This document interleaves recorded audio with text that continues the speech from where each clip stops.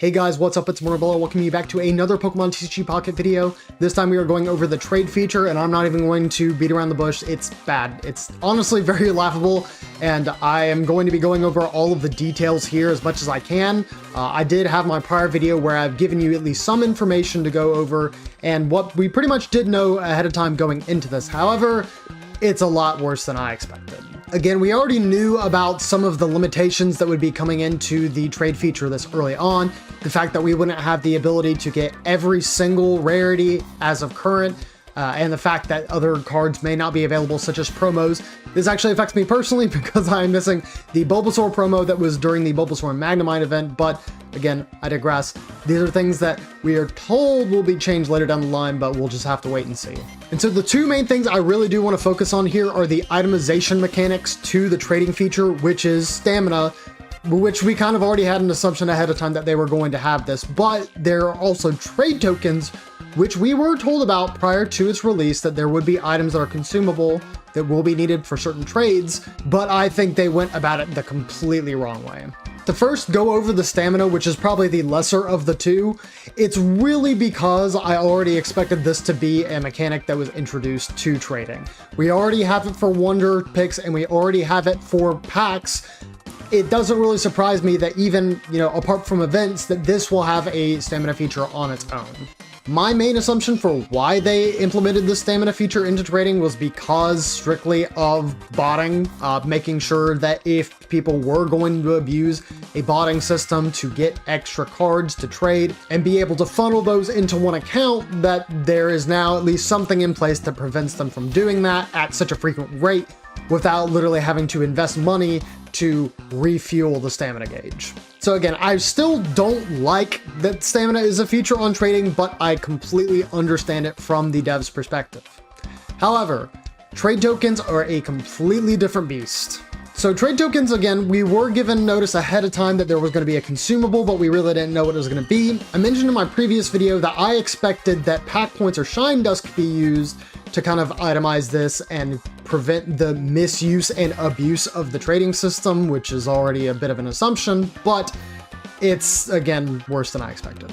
So I really do have a bunch of gripes with tokens on their own, and strike one is the fact that you're introducing a completely new consumable into the game. There's a lot that you have to manage already when it comes to just playing in your day-to-day, but this isn't even including events, this isn't even including other things that are down the line, which we still have a specific resource that we were given early on in the game's release. We still don't know what that does. So I think that adding this extra layer really does not do anything to promote the easy play of the game. It just makes things more complicated. And strike two is that trade tokens are a consumable that must be generated by deconstructing cards in your collection.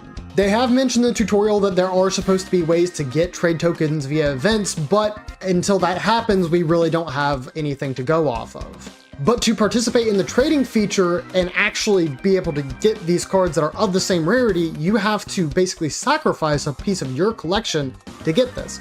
So for example, if you want to get a 4-diamond rarity, which is the current most expensive card, you have to convert 4 diamond rarity cards into trade tokens, and then after that you have to have a 4-diamond rarity card available to trade to match said trade. Fact of the matter is you have to invest a lot just to get one card of the same rarity, even if you're trading it already.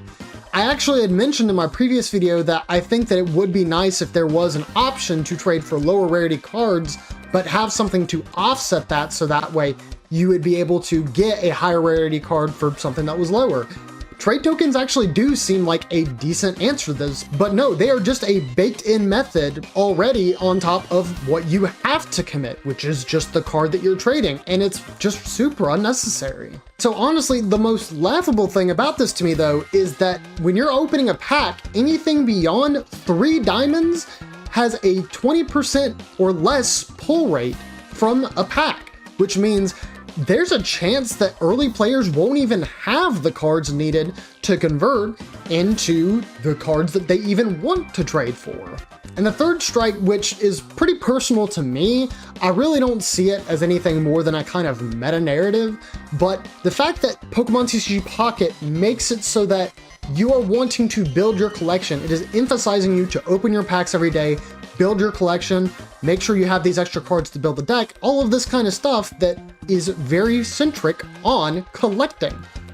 And now they introduce this feature that is completely the opposite of what they intend. And the consumable items and trade tokens and everything, this was probably most everyone's biggest worry prior to the actual release of the trade feature. And honestly, I can't say that they're anything but valid. It's just ridiculous. But if you think I've exhausted my complaints with trading, unfortunately, there's still more. The last big thing that I think is worth mentioning is that as of current, you can only get one trade offer at a time. And no, that doesn't mean that you are getting one offer from a person and you're able to then send an offer of your own. You are forced to have one trade at a time. If players have the resources that they need to complete a trade, that be stamina or it be trade tokens, what should be stopping them from completing or trying to queue up multiple trades at a time? Nothing. There's nothing. I can't even say that this was a straw that broke the camel's back. The camel was already on the ground heaving, and now you have put an extra weight on it, and now I don't even know if it can get back up. And to me, this specific limitation of only limiting one trade just completely reeks of the fact that this may have been a rush job. And I want to give the devs as much credit as possible when it comes to getting this, because the fact that it's out here at all is good, but at this point, you should have delayed it. It's a mess. But I don't want to just complain this whole video. I do want to offer reasonable changes that it can make with the current system to at least make things a little bit easier to digest.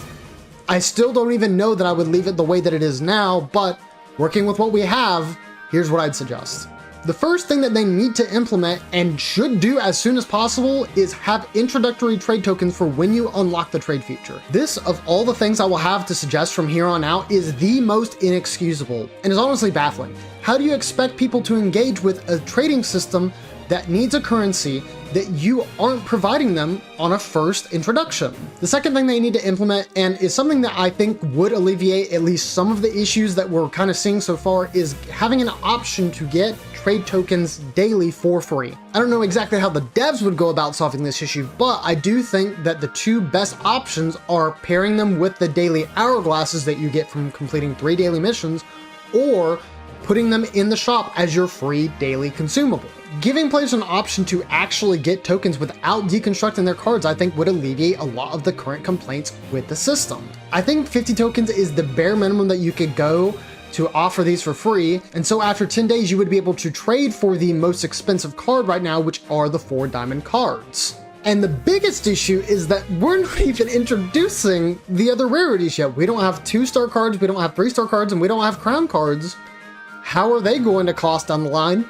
We don't know. Even still, no matter how much that they may cost, having free tokens is necessary. It needs to be a daily thing that you can work towards and then be able to get your trades without having to sacrifice your collection. The third thing that they really need to do is increase the conversion rate of cards to trade tokens.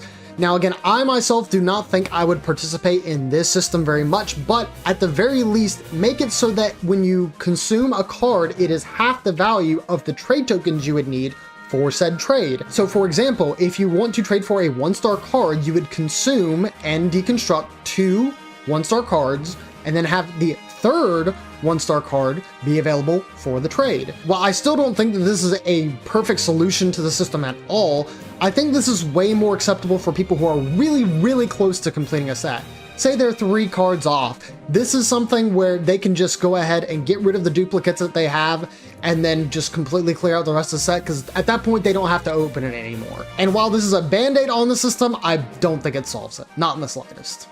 And the last thing, and honestly the most baffling, is that you should be able to queue 5 trades at once. I don't think this is an unreasonable request at all, because this actually matches the max stamina that you would need to do these trades. So if you were going to trade 5 times, you would need 5 stamina. Although, at the very least, this is strictly from the trades that I have done. I have traded for a very common card, so I didn't need to trade tokens, and it took up 1 stamina. I'm under the assumption that trades only cost 1 stamina no matter what.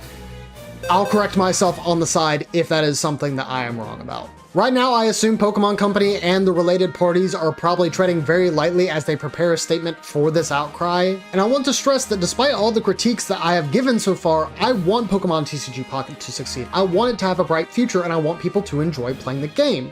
So everything that I have listed thus far, especially in terms of the solutions to some of these problems that we are encountering, I'm trying to put forth as much good faith as possible to fix these things. And so even if my perspective is kind of echoing a lot of the issues that other people are having, kind of adding to the discourse, I do think this is important to talk about, especially if Pokemon Company listens and then considers changing these features later on. Because fact of the matter is, if it was my decision, I would just be ripping it completely up and making it anew. Because personally, I do not see myself participating with the trade feature as of right now. But that is all of the whining and complaining for me today. I am still enjoying Pokemon TCG Pocket, and I am looking forward to the brand new set, Space Time Smackdown. Thank you guys so very much for watching. Hopefully you're having a fantastic night or day wherever you may be, and I hope to see you next time. See ya!